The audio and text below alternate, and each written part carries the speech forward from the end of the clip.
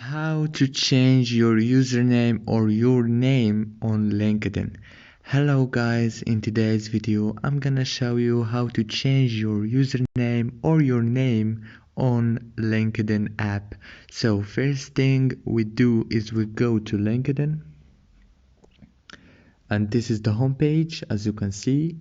Now you go to the top corner on your image, click on it and go to view profile, and you have this pencil here, click on it, and now you can change your name as you want. This is the first name option and the last name, and also the additional name and the name pronunciation if you want to add it. It's an optional, but you can add it.